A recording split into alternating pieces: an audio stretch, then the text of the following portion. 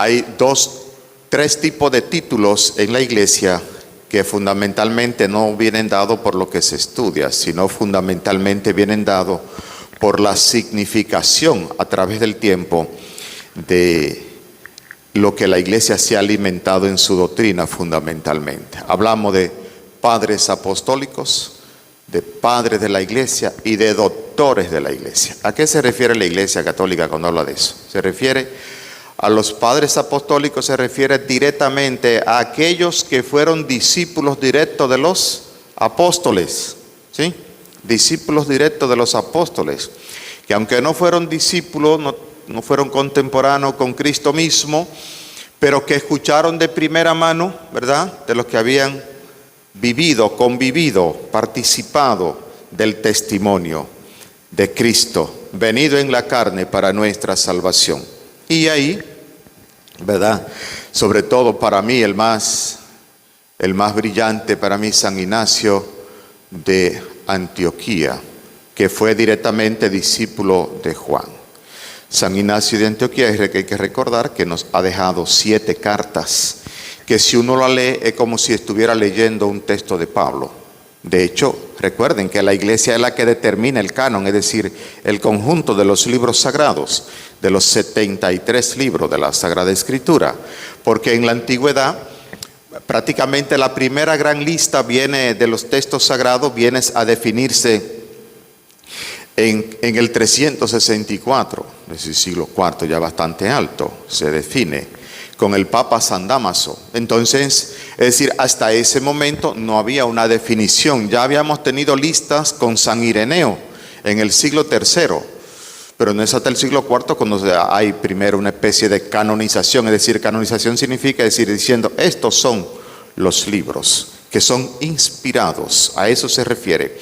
Pues este es San Ignacio de Antioquía, obispo, que fue apresado por el ejército romano y durante largos meses, como 3 meses, fue llevado hasta Roma, donde fue echado a la fiera, junto con otros cristianos.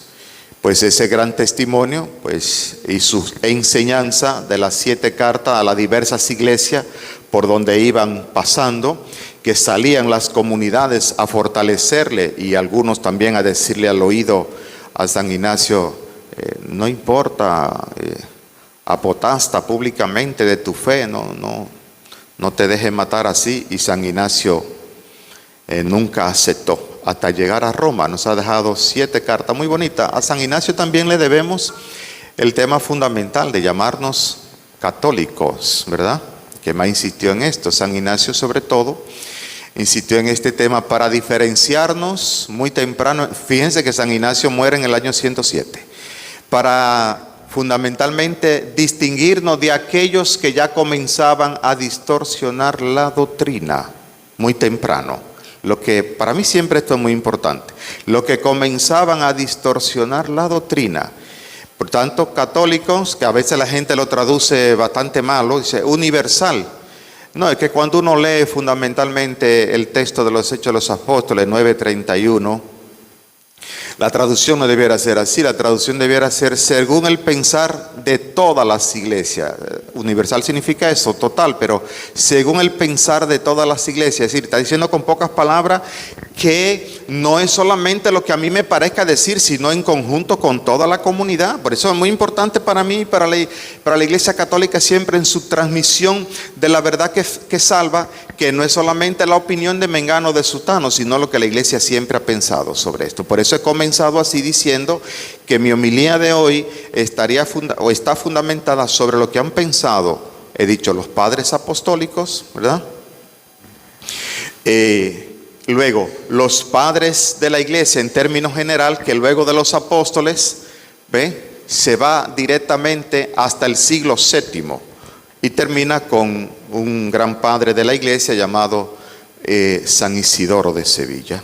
Tenemos lo que llamamos padres de la iglesia de Oriente, San Juan Crisóstomo, por ejemplo, o los padres de la iglesia de Occidente, como el caso de San Isidoro de Sevilla.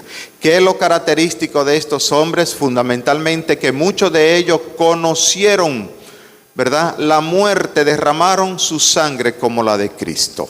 Ese es uno de los elementos característicos, no de todos, pero de una gran parte de ellos, y sobre todo por su vida pastoral entregada a las comunidades, forjaron las primeras comunidades y extendieron el Evangelio, como vamos a ver la interpretación del texto de hoy.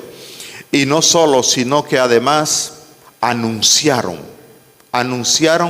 sin medida la palabra de Dios, a Cristo que salva, Cristo hecho Eucaristía, como veremos también aquí en este día. Por eso entonces el otro grupo que la iglesia coloca son los doctores de la iglesia, es decir, aquellos que por su testimonio de fe, su entrega pastoral y su enseñanza, sobre todo su enseñanza, pues siguen siendo, ¿verdad?, valiosa para la iglesia.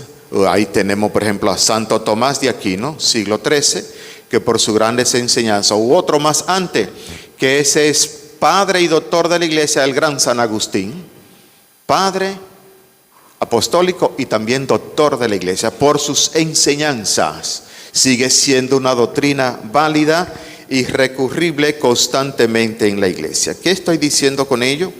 Estoy diciendo un principio básico, mis queridos católicos. Estoy diciendo que en la iglesia católica la interpretación de la Sagrada Escritura no es individual. Es más, Pedro, el mismo apóstol Pedro, en su primera carta prohíbe y dice claramente que no puede ser interpretada de manera individual, que es la comunidad, es decir, quienes rigen a la iglesia son los que han de enseñar la verdadera doctrina. Por eso la iglesia cuida todo este tema de manera muy cercana y yo de manera muy especial.